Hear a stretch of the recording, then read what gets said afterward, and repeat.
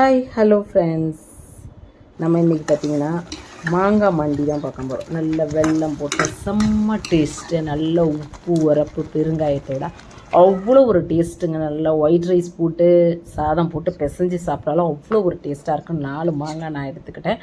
நல்லா தோலெல்லாம் சீவிட்டு நல்லா பொடியாக கட் பண்ணிக்கலாம். நம்ம இதை நல்லா ஒரு 10 டேஸு கூட இந்த மாங்காய் வெல்லம் போட்டு வைக்கிறேன். இந்த மண்டி அவ்வளோ நல்லா இருக்குங்க. மாங்காய் மண்டி கடாய் வச்சுட்டு எண்ணெய் கொஞ்சம் ஊற்றிக்கோங்க, நல்லெண்ணெய் ஊற்றிக்கோங்க, கடுகு வெந்தயம் போட்டுக்கோங்க. வெந்தயம் போட்டு நல்லா பொரிஞ்சதுக்கப்புறம் மிளகாத்தூள் உங்கள் காரத்துக்கு தகுந்த மாதிரி மிளகாயும் கிள்ளி போட்டுக்கோங்க. போட்டுட்டு இதுக்கு வெங்காயம்னா தேவையே இல்லை, கட் பண்ணால் மாங்காய் பீசஸ் மட்டும் போதும் நமக்கு. போட்டு நல்லா வணக்கி விட்டுட்டு இதில் இந்த டயத்தில் நம்ம பெருங்காயம் கொஞ்சம் உப்பு கொஞ்சம் போட்டுக்கலாம்.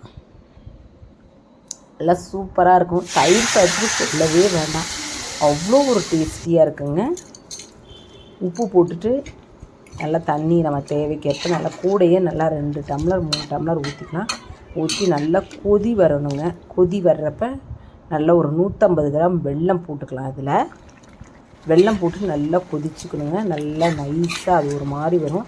இப்போ நல்லா மசிச்சுக்கிறதுனா கூட நீங்கள் மசிச்சுக்கலாம். நான் 1 2 அப்படியே விட்டுட்டேன். இது பார்த்திங்கன்னா தோசைக்கு நல்லா மெத்துன்னு ஒரு தோசை அது மாதிரி ஊற்றி நம்ம தொட்டும் சாப்பிட்லாம். செம்ம டேஸ்ட்டாக இருக்கும். அரிசி பருப்பு சாதத்துக்கு நான் இன்றைக்கி அரிசி பருப்பு சாதம் செஞ்சுருந்தேன்.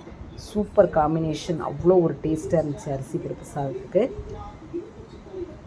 தயிர் சாதம் எல்லா வெரைட்டி ரைஸ்லேயும் செஞ்சு பாருங்கள், சூப்பராக